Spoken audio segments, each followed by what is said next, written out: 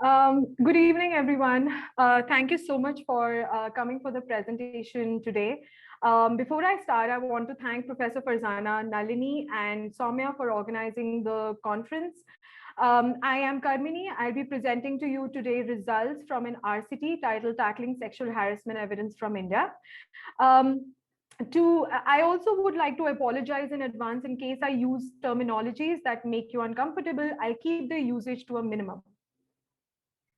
So we know that 1 in 3 women would suffer from sexual violence globally in any given year, and this is quite a stable statistic. Sexual harassment is a kind of sexual violence that can occur when potential perpetrators and victims may not know each other, say in the case of street harassment, or when they do, in the case of interpersonal environments like universities or workplaces, which is also the focus of this paper. But sexual harassment in these latter type of environments is quite a complicated phenomenon. Why? Because they can facilitate relationships with benefits like access to job opportunities, romantic relationships, future job referrals, and so on. But such relationships can also have costs like repeated exposure to sexual harassment and abuse if a person in the relationship is, say, an abuser. At the same time, these environments are also characterized by common peers. So think about classmates in the case of universities or colleagues in the case of workplaces who can sanction or intervene, creating social costs to harassment, thereby deterring harassment, but they can also protect harassers, creating social incentives to harass. However, on top of it, sexual harassment, especially in this case, is also a taboo topic. So lack of conversation about sexual harassment can create lack of awareness about it, not just about sexual harassment, but also about others' attitudes towards it. So I undertake an RCT of sexual harassment awareness trainings within colleges to study these phenomena. I collaborate with 3 colleges in New Delhi, India to study first whether sexual harassment awareness training for men helps to reduce sexual harassment for women, and secondly, whether it affects relationships between men and women. The 3 mechanisms I'll show you evidence on is first whether these trainings alleviate any kind of awareness constraints if they exist, whether they change intrinsic attitudes or beliefs about sexual harassment insofar as I can measure them, and whether these trainings affect perception of social costs versus legal costs to harassment. By perception of social costs, I mean costs that can be imposed by one's peers that I was talking about in the previous slide. And by legal costs, I mean the ones that can be imposed by a legal complaints committee in a college or in a workplace.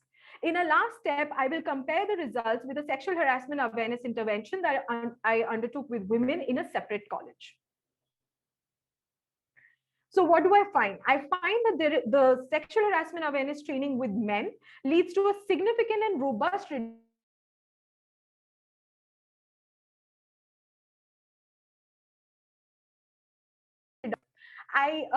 however, I cannot reject a null effect on milder forms of sexual harassment. As far as relationships between men and women go, I find that there is increased gender segregation. So there is a reduction in relationships between men and women in treatment units by around 0.2 standard deviations. And this is driven by women's choices, and that I measure through a lab in the field experiment. Regarding mechanisms, I find that the training does increase men's awareness by around 0.1 standard deviations, but a null effect on intrinsic beliefs or preferences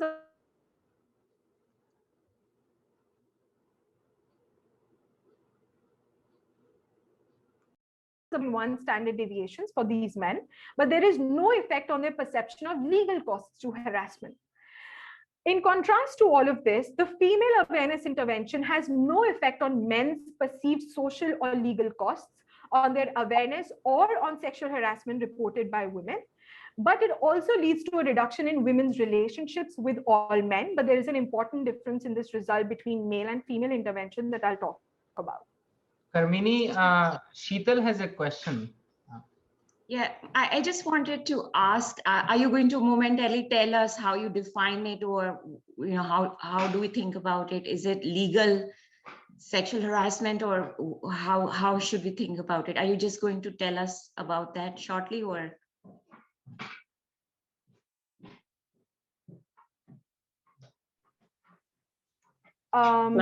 Sorry, I could not hear the entire question.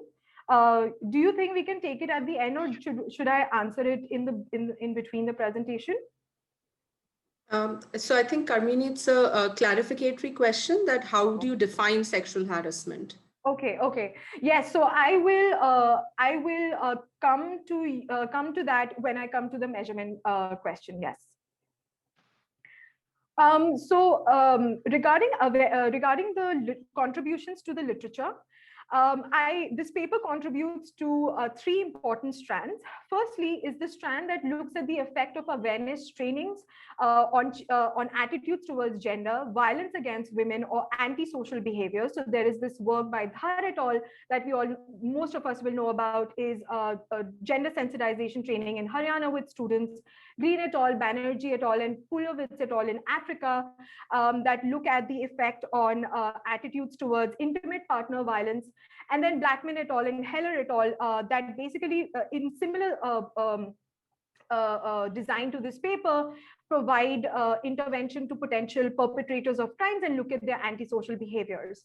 I contribute to this literature by studying effects on sexual harassment, where there might be a lack of knowledge about the nature of the crime itself, and also the role of perceived legal and social costs in deterring perpetration. The second strand of literature is the one that studies impact of sexual harassment in one-shot interactions like street harassment, or repeated interactions like domestic violence or workplaces. So there is work by Folke and Rickname, Sweden, the recent work, Calvi and Kesker on domestic violence, Aguilar et al. On street harassment, similarly Condoleezza et al. In Brazil, and then Hochhofer et al. That similar to this, similar in spirit to the paper, look at the effects of intervention on both men and women on actual incidents of intimate partner violence. I study sexual harassment within semi-formal organizations where interactions are repeated, and also study effects on interpersonal relationships between men and women.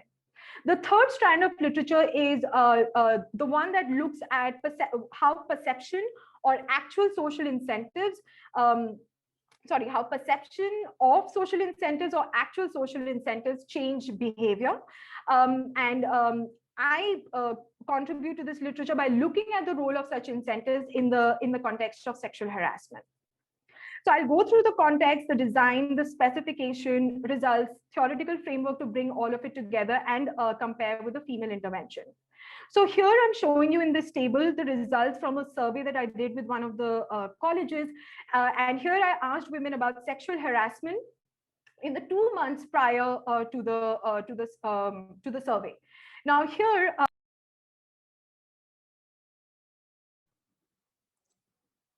Okay, I think we've lost her again.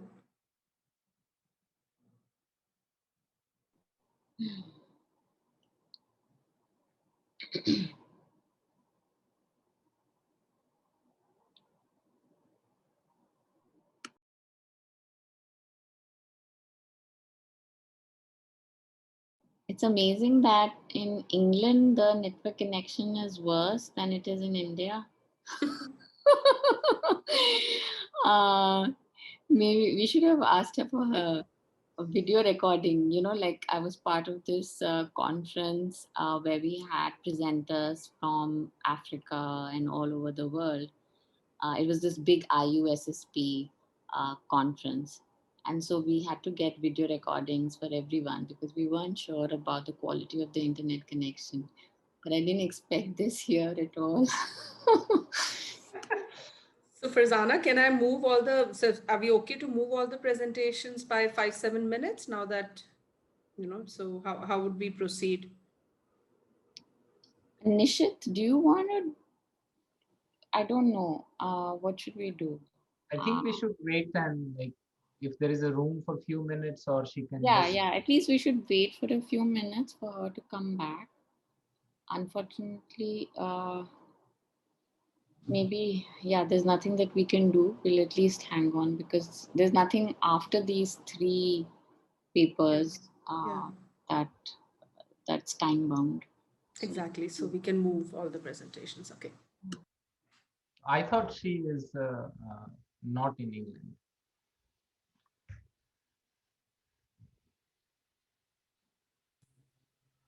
she's back. Yeah. if Karmini, it- I suggest that you keep your video Video. off Yeah. because I think that's causing a problem. Yes. And if you could, no, obviously it's too late now, but we don't have your slides. So on the side, if you can just email it to us. Okay. But you see my slides now? Yeah. Okay. So, right. So I find that nearly 17% women have suffered from, say that they have suffered from extreme type of events like pinching, groping, and fondling. That is also a very high prevalence over a period of 2 months. So regarding the design, so the intervention was such that all men in a treatment unit, which I'll be clearer about, were provided with sexual harassment awareness training together. Now, the training had two main components. First was awareness about principles of detecting harassment, hypothetical case scenarios, laws against harassment, and examples of harassment. And this is what a standard sexual harassment awareness training will also include. A second component is, however, an empathy building component, which was much shorter. However, in the previous reading of social psychology literature, I found that some of these trainings can have a backlash effect.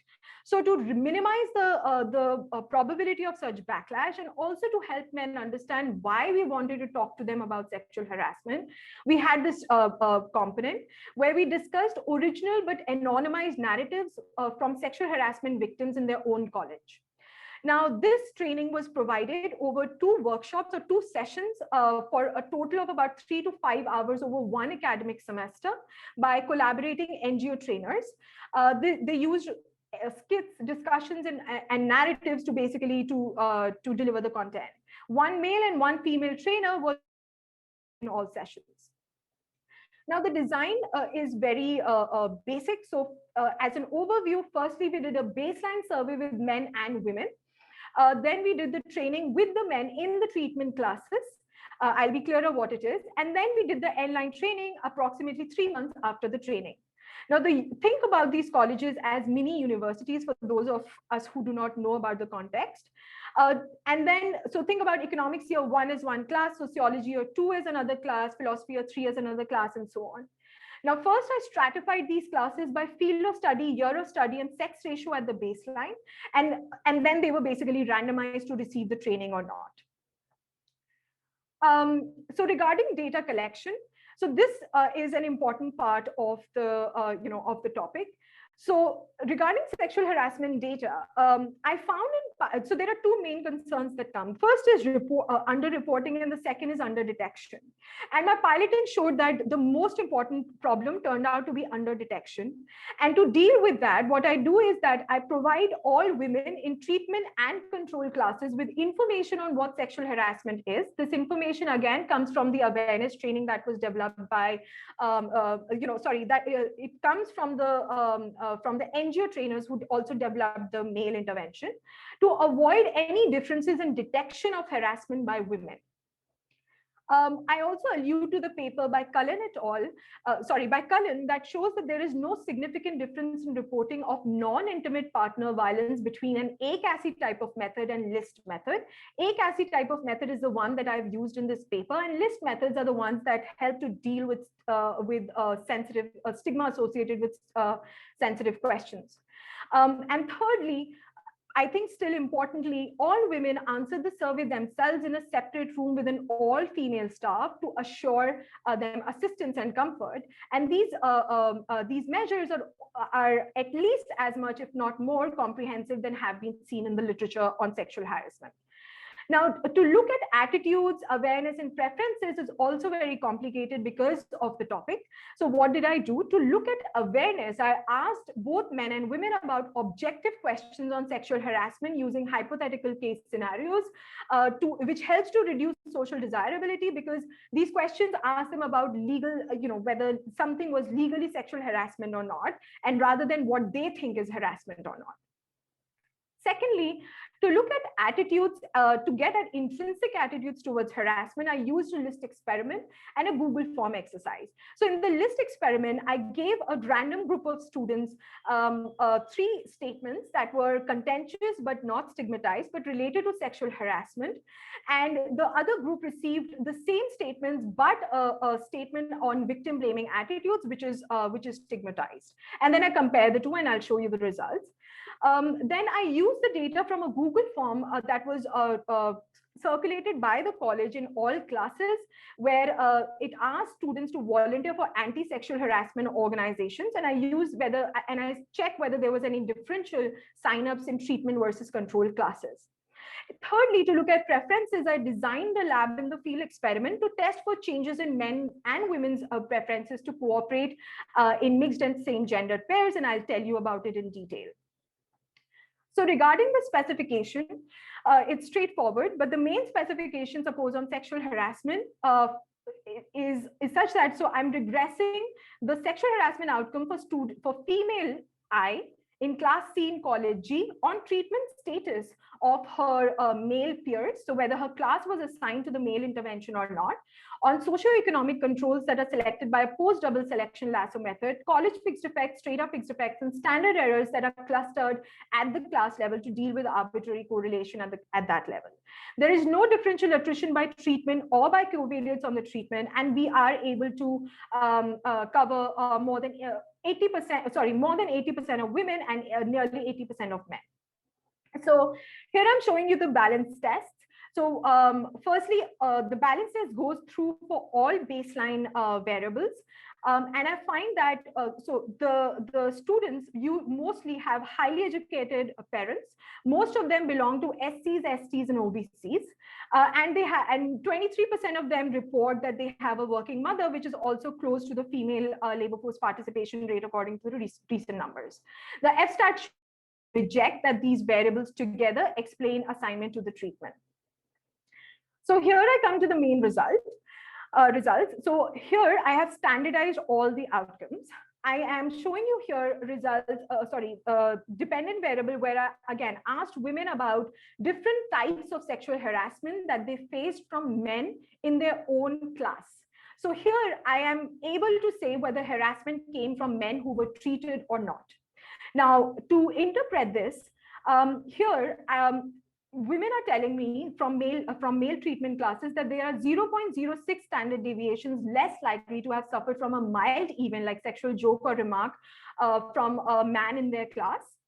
But I cannot reject it from a null effect, to be different from a null effect, and the same for intermediate events like stalking, staring, and online sexual harassment. In contrast to that, I find that extreme forms of harassment reduce by 0.125 standard deviations, which is more than double the effect on mild events. I find that this result is robust to selection on attrition through a Lee-bound exercise and also to multiple hypotheses testing. Now, I also, as a placebo, I also asked women about sexual harassment from men in other classes or from outside the college to basically see whether this could be driven by women not wanting to report such events. And what I find is that there is no such reduction that I can see for extreme events from men from different class or from men outside college. So it gives me the confidence that this is as a result of the changes in men's behavior. Now, to look at effects on relationships between men and women, I collected 2 types of outcomes. These were survey measures where I asked women about romantic relationships, so whether they were dating someone in their own class or not, and their friendships. Now, for friendships, I look at the proportion of opposite gender friends that they report in their class. I find that the training reduces romantic relationships by nearly 43%, but there is negative but insignificant effect on friendships. Now, because these are equilibrium outcomes in the sense that both men and women have to agree agree to be in a relationship in an ideal kind of scenario. So either one of them may want to not be in a relationship, and that can lead to a dissolution. So to see whether this dissolution of romantic relationships was from men or from women, I designed this lab in the field experiment. What did I do? I randomly paired students with each other with their classmates. So by design, some of them were in a same gender pair and others in a mixed gender pair within the same class. Now, then I asked them to read about an experimental task that also created complementarity for opposite gender pairs. And I asked them to tell me whether they wanted to do this task together with their partner or they wanted to switch away from their partner. The margin I use is whether students, whether men or women, are more likely to want to stick with their opposite gender partner versus switching away from the same gender partner in treatment versus the control classes. So I'm able to use variation from the pairs and also the treatment. What do I find? So here again, I have standardized all the variables to facilitate comparison. In the upper panel, I have results for men, and in the lower panel, I'm showing you the results for women. Now in column 2, I'm showing you results for dating, and both men and women are 0.02 standard deviations less likely to be dating anyone in their own class. There is no effect on opposite sex friends. However, the coefficients are negative. Now, to look at where these results might be coming from, what do I find? So contrary to the popular narrative, I find that in fact, men were more comfortable in wanting to do the task with the women. So we would think that men would become more cautious after this training, but that's not what the lab experiment shows. On the other hand, what I find is that women are less likely to want to switch away from their same gendered partner in treatment versus the control. So this gives me evidence that if anything, the results on opposite gender relationships are being driven by women most likely. So to bring all of this together quickly now in a theoretical framework, what I do is I adapt the framework in Bernstein et al.'s model on misperception regarding regarding norms of women's labor force participation in Saudi Arabia. So I model an interaction between men and women, and the model is such that I assume there are two types of men, bad or good type, for lack of better words. And they can take two observable actions, high or low. High actions are sexual harassment and low actions are non-sexually aggressive actions. Now, the bad types prefer to do a high action and the good types prefer to do a low action. I assume also that there is a proportion Q of observers, in this case, classmates, who are perceived to approve a high action and the rest of them approve a low action.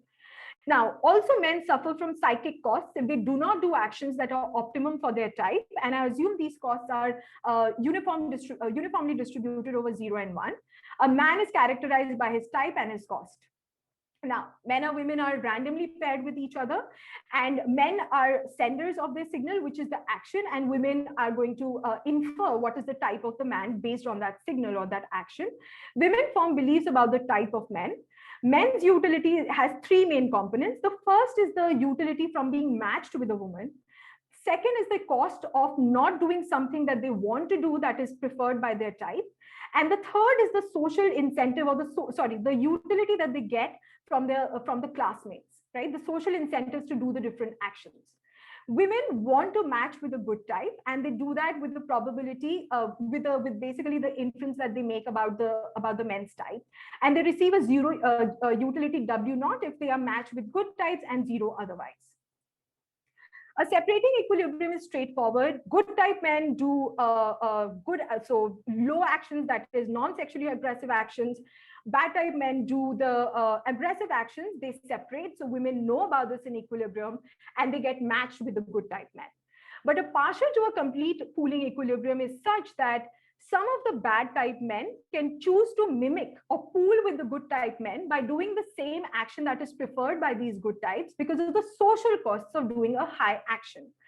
If the social cost of doing a high action that is sexually harassing in a class increases, then that also increases the incentive for this pooling. Now, women can infer this in equilibrium.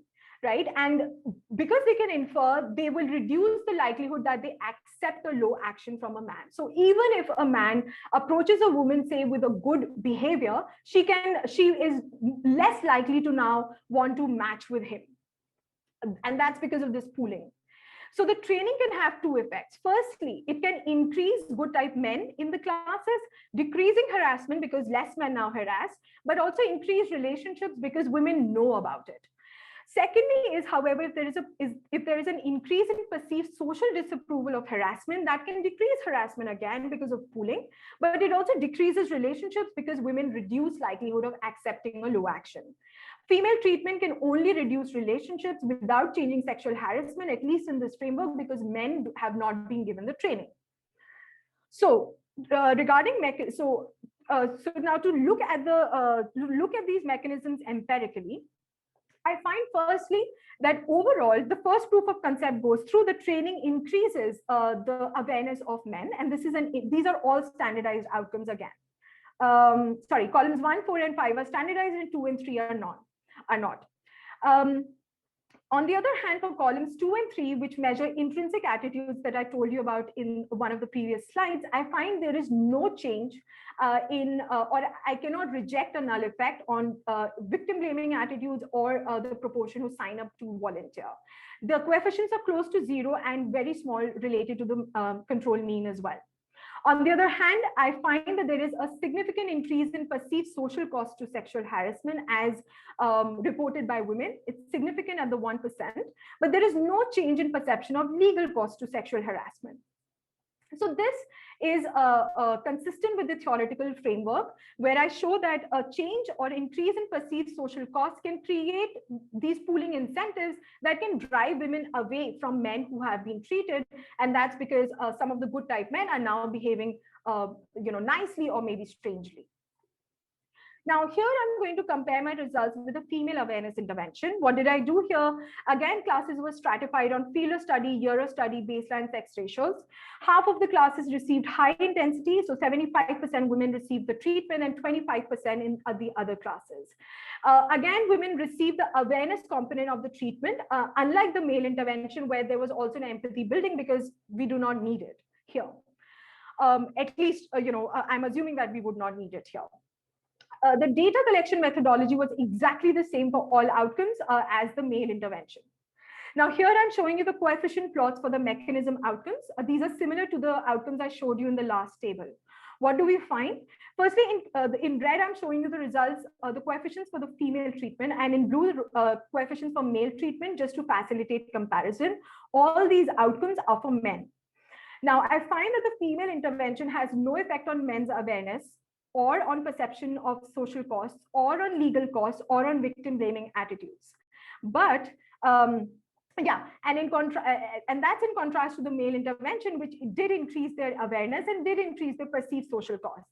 So with awareness, I think it's intuitive of why this may happen. But with perception of social costs, this shows that even if majority women are provided with the sexual harassment awareness training, it is not able to change perception of social costs in these classes as compared to a male intervention where majority men were provided with the training. Now, importantly, I find that the female intervention does not have any effect on any type of sexual harassment as reported by women again, and the coefficients are very small as compared to the male treatment. This gives me confidence in the male intervention in the sense that it shows that the results for extreme events for male intervention were being most likely, well, I can say more confidently that they were being driven by men instead of the women. So this is the last set of results, and I promise I'll conclude after this. So here I'm showing you the results for opposite gender relationships. Now, in the first panel, I'm showing you results for the female treatment. And in the second panel, I'm showing you the results for male treatment, again, to facilitate a comparison. All outcomes have been standardized. Now, in column 1, same as before, I find that the female treatment reduces women's relationships with men in their own class. The results are a bit stronger, but of course, like they seem similar here. Now, however, more important than this, I find that the female treatment reduces women's relationships also with men outside their class. On the other hand, the male treatment increases women's relationship with men outside their class, which shows that the male treatment does not reduce the utility that maybe women get from being with men or from cooperating with men in that sense, because they reduce their relationship with only men in their class who were treated, but not with men outside their class. In fact, they substitute away from them. And the female treatment, however, leads to a reduction in women's relationships with all type of men, and that, again, this is consistent with the framework that this is driven by a change in women's perception of their environment, reducing women's utility for interacting or being in a relationship with men. Importantly, if I combine these results with sexual harassment results in the last slide, it shows that perhaps gender segregation will not lead, may not lead to a reduction in sexual harassment, because even though women's relationships here because of the female treatment reduce, they do not lead to a reduction in reported sexual harassment by women. Same as before, I do not find any effects on opposite gender friendships outside class. So to conclude, the male training for sexual harassment reduces extreme sexual harassment reported by women significantly and robustly by 0.125 standard deviations. A null effect on milder forms of sexual harassment, however, cannot be rejected. There is a significant reduction, I find, in opposite gender relationships, but it is driven by women's choices. And this is theoretically and empirically consistent with an increase in perceived social disapproval against harassment, more than a change in intrinsic attitudes. The caveat here is that these results are in the 3 months after the intervention, and so effects on intrinsic attitudes can emerge in the long run, and a long run survey will be important for that. Perceived social costs can reduce sexual harassment, as I hopefully have convinced you, but also they reduce relationships between men and women, and so welfare effects are, that is still remains an open question. The comparison with the female intervention shows that engaging men may be key to reduce harassment and improve women's outcomes. And this is in line with recent works by Dhar et al. And Ashraf et al. That shows that engaging men might be important to improve women's outcomes. Thank you. Thank you, Karmini. And I think we can first move on to Nishit, your comments on this, and then we'll open it for questions.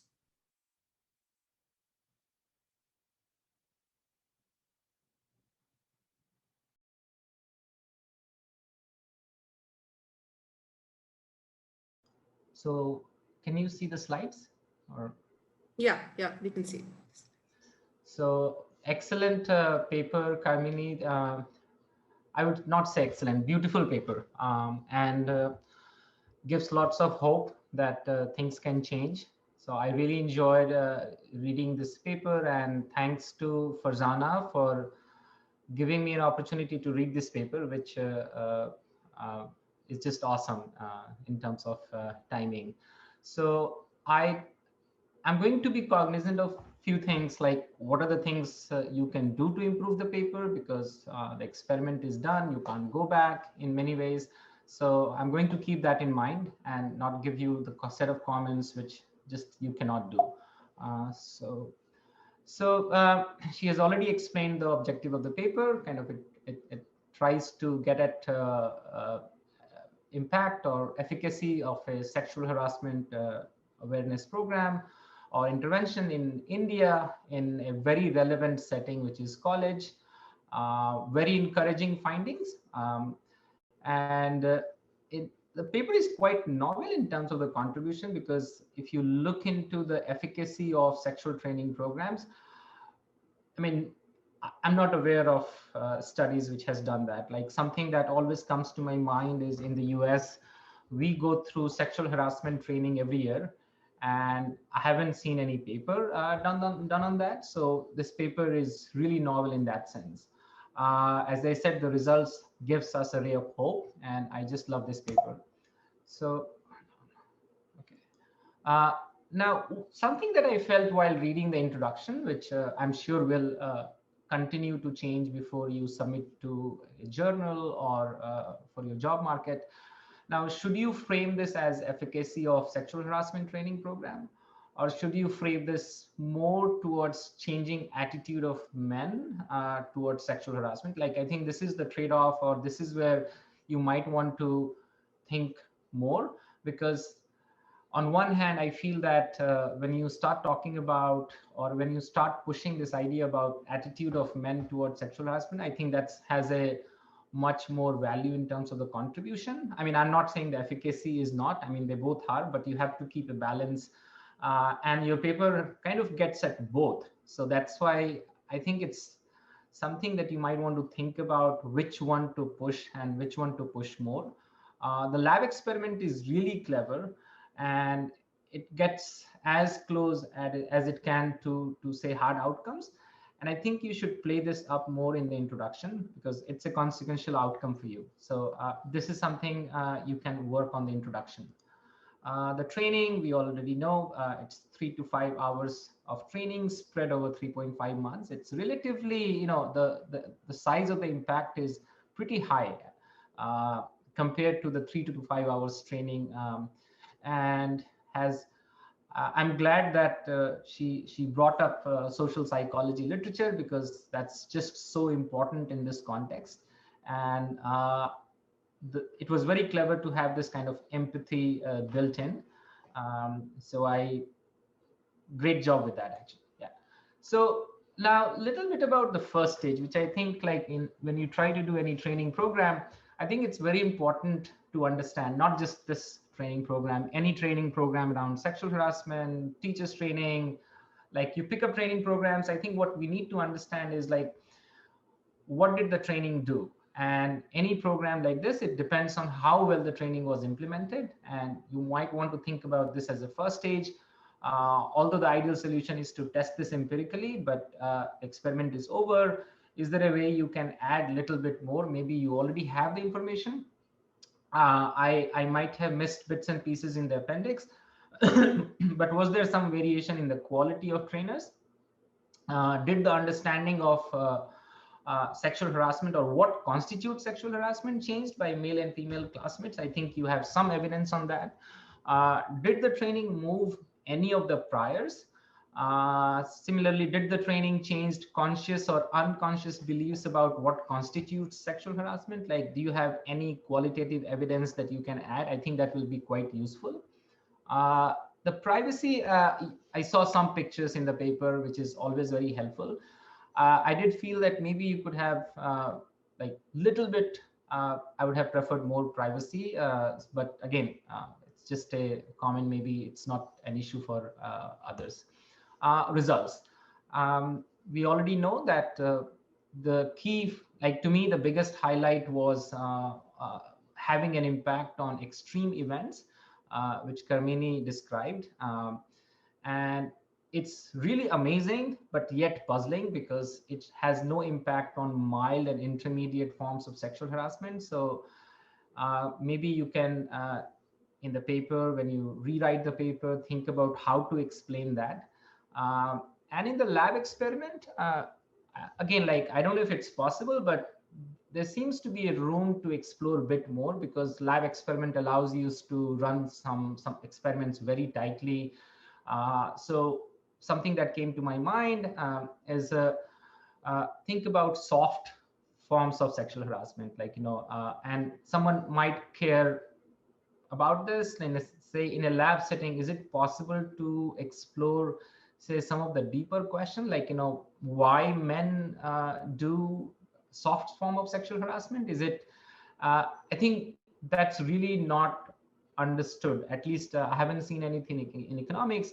We were trying to do this in Hyderabad. We were trying to survey offenders, men who are on the street, but also who are in jail for, say, extreme forms of sexual harassment. We haven't been able to do that.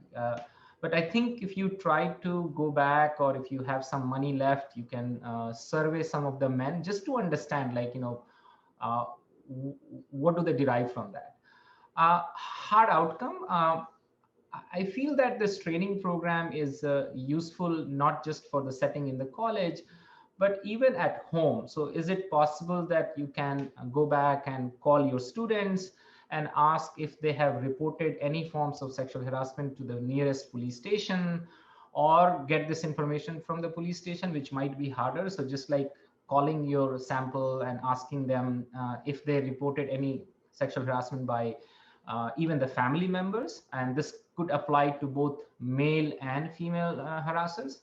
Sorry, male and female college student in your sample. I think that's worth exploring, given that the phone survey will not be very expensive. Mechanisms, I think what you have done is really good, and but I had like some comments about mechanism, and I'm happy to talk later about this. So as far as the awareness goes, I think that's very important, because I think that some of these interventions really move the needle around awareness. To me, it wasn't obvious what set of questions you have used to test this, or I could have just missed this. But my own understanding is this measure is very tricky. And a credible way to measure this is by like creating some videos of different forms of sexual harassment, means like mild, intermediate, and extreme ones. And as I said, I'm happy to share the videos, because we have created videos for this to test if the underlying awareness moved before and after the training. And maybe it's possible to go back to your control group and test some of these things. Results from table 7 is very, very helpful. And I think this result has actually extreme policy implications. So that's another results that you might want to kind of play up more in, even in the introduction. Results from table 8 suggest that some of the preference measure did not move. I think intellectually it is important to understand this, since again, these are the set of outcomes that's not well understood in the literature. Now, something that again, like, you can completely ignore this, something that if you have some resources, try to see if you can add or kind of work on some of these suggestions if it's useful. So I think your underlying mechanisms are very psych-based intervention, like, persuasion, empathy, and I can like go on. And there are like several mechanisms, and that's the advantage or disadvantage of getting into the psych literature. And unfortunately, I have been spending too much time on psych papers. But is it possible for, in some sense, like think about going back to your sample or going back to your control group? If you cannot do any of these things, think about using Prolific, which is very good in UK. I wouldn't recommend MTurk, but is there a way to try some of these things online, or say college sample in the UK? The reason I mention is, as you motivated in the introduction, or as most of us know here, is these harassments is just common everywhere. Like if you pick up any college campus anywhere in the world, I think these numbers would not look that different. So I think it's possible to add, let's say, run something at Warwick or on Prolific. And I think having evidence from different countries will be like that really will increase the value of the paper even more. And I was just thinking about, like, if you add a bunch of these experiments, maybe you can try like a journal like Science or even PNS. And of course, Econ is, you might want to try Econ first, but my idea was like add bit more, because the context matters. But the nature of your question, I think you can explore this in other countries as well. So I would have loved to see a bit more on the underlying mechanism, because that's very intriguing. And does these training change deeper behavior towards sexual harassment is again underexplored, and you have made an excellent attempt in this paper to get at this. Spillovers, I found the spillover results very intriguing. Is it the case that they didn't share with friends due to stigma of having participated in sexual harassment? And I mean, you did list experiment in the Google form, but did you think about having a very short survey of social desirability bias question? Maybe you did it.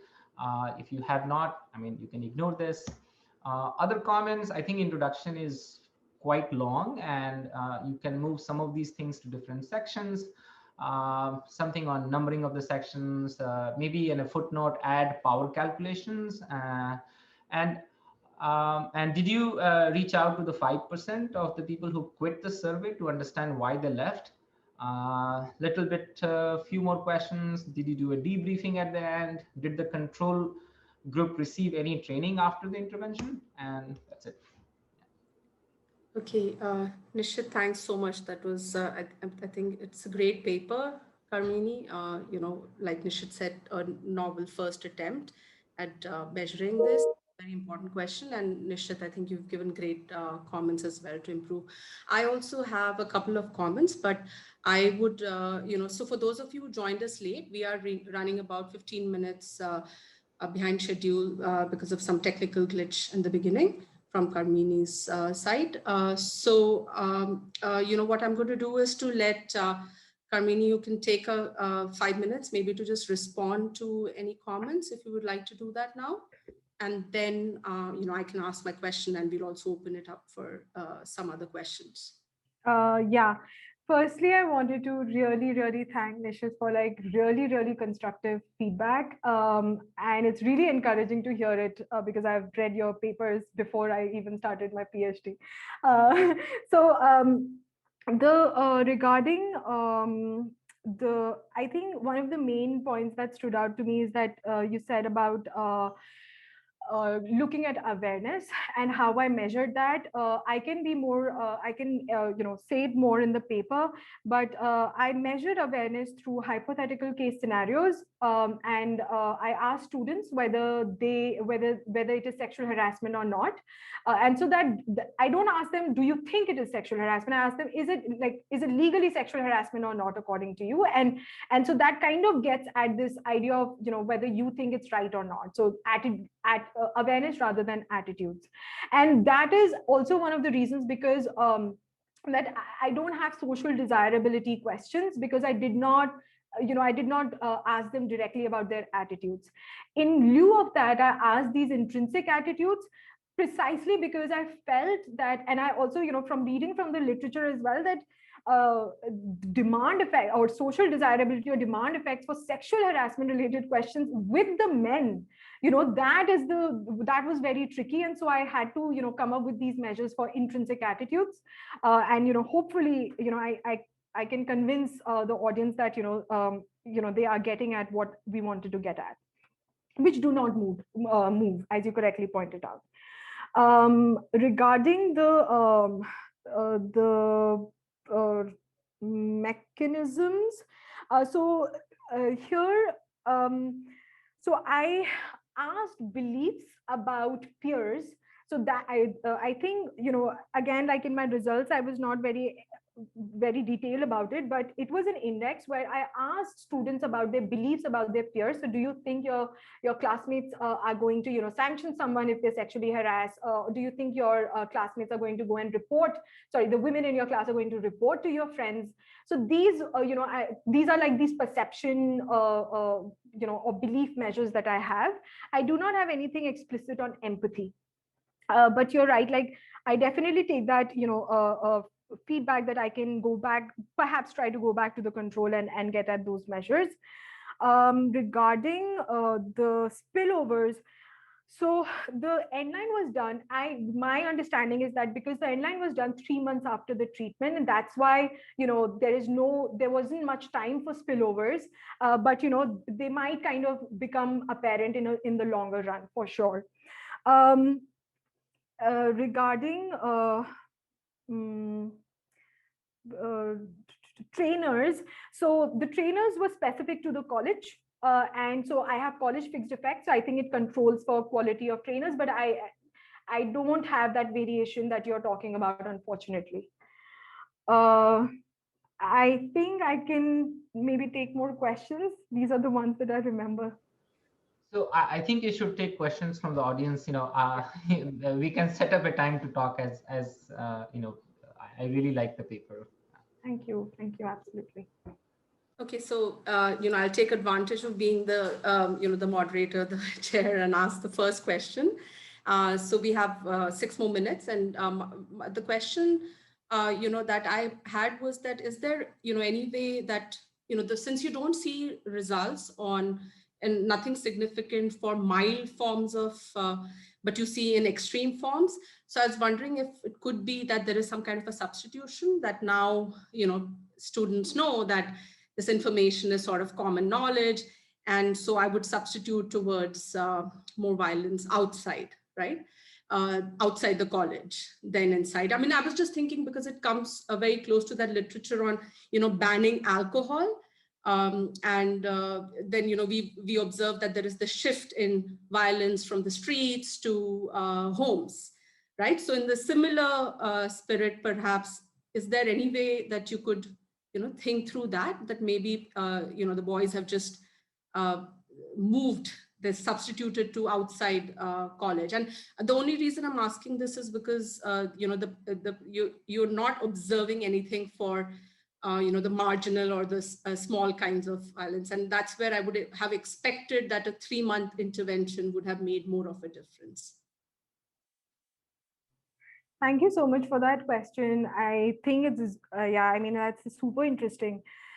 I think, unfortunately, I don't think I'll be able to get at this substitution because I rely on women's reports to measure sexual harassment. So, and that is what is tightly linked to the treatment. It's very difficult for, I mean, I don't know how much we will trust that, if we ask these men, did you harass someone? Those reports are, those results are trustworthy. So I did not go there at all, but it's a super interesting question. Unfortunately, I don't think, I have an innovative way to answer it. Sure. I'll actually, so we have another 4 minutes if anyone else has a question. Yes, Sheetal, please go ahead. So, Karmini, I don't have questions. I just have a few comments. And some of them just echo what Nishit just said already. I think it's a wonderful paper, or at least the way you've tried to do this, it's very ambitious and very interesting as well. But just in the spirit of providing a little bit of sort of feedback and direction in terms of, getting this published, one of the key things that is going to come up, and Nishit, mentioned this, but this will come up when you try and submit this paper, is the social desirability. And, so if you ask a man, if you've provided them with some training and then ask them, hey, by the way, have you become more aware or such? They're going to say yes, possibly, right? So even if you haven't done anything in terms of collecting the data or such, this is something you should front and center attempt to address in your paper, address the caveats of your paper. And so address how this might play a role and what you can do to mitigate it. Top of my head, I can't think of anything, but that is one point. And second is, talk about external validity. This is 3 colleges in Delhi. So, what is this context and how this will how do we take this and make it more generalizable? Maybe you've done that in the paper, but I haven't read the paper. But as a, I can tell you what the referees might be thinking when they read it. And third is, as Nishit pointed out, the policy ramifications. So if a policymaker is interested in this, what is it that they are going to learn? So do a little bit on that, and talk about cost benefit analysis, if any. There are in epidemiology and public health, for example, there is work that says, okay, what is the psychological cost of being victims to violent crimes for women? And so then if you are, if some kind of harassment and severe form of harassment has gone down, then you can sort of do at least a ballpark, back of the envelope calculation, what it costs to do this training per person, and was there any tangible benefit from policy perspective. So ultimately, I think the goal is to try and see, what to do such that this very, very ubiquitous issue faced by girls and women is addressed. So I think that speaking to those things will, increase the value added of your paper in the minds of referees. Thank you. So Sheetal, since you brought up, and Karmini, and maybe like this is a question that we can help a bit. Like, is it possible to either get some sort of a police station report if somebody called? I think that will also be good because this is what, 6 to 8 months after the intervention or 1 year, just to see if there is anything descriptive that you can add, that you followed up with this sample and X number reported to the police station, something that happened at home, something like that. Yeah, Rashmi, can I, should I? I think we'll just let Sonia ask the question so Yeah. that we Yeah. can go on to the next paper. Yeah. Yeah. Hello, hi. So Carmini, it's the first time I've seen this work. I'm really impressed. I think the roundedness of it is unusual and very good because you have the lab experiment, you have the female intervention, the male intervention, and I think it's really important to have demonstrated that that it's important to intervene on men and that it works. It could be that you spoke about this, but I missed it because I joined a little bit late. But I wondered if you looked at spillovers, in other words, that men who are not treated behaving better. And somewhat related but distinct, in your model, which referred to the Leonardo Burstin paper, there was, I think, maybe it went too quickly for me, but I think there was a parameter that indicated costs costs associated with deviating from a social norm. So I just wondered if you circled back and could identify the role of social norms in the mechanisms. And the last comment is just, I probably missed it, but what are the baseline rates of extreme events?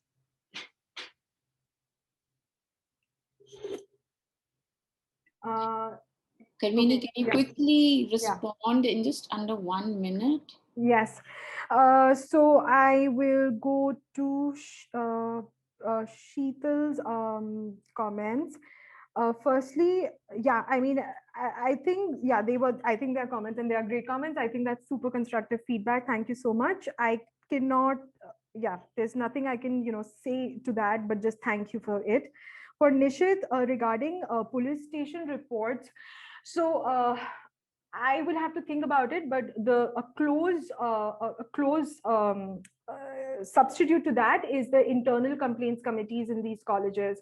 I tried to get at that data, but these committees told me that that. And also that I could see from the data from the students that students don't really want to go to these committees to report, and and that's supported because I find that within the data, students are more likely to want to talk to their classmates and their acquaintances about sexual harassment than going to the internal complaints committee, and I find it from women. So it seems that they so the training is somehow creating this, I don't know, this environment where women are feeling maybe more supportive, but only from their peers rather than going to the committees. So I don't think I can go to the complaint committee and get anything from them. Okay, thanks,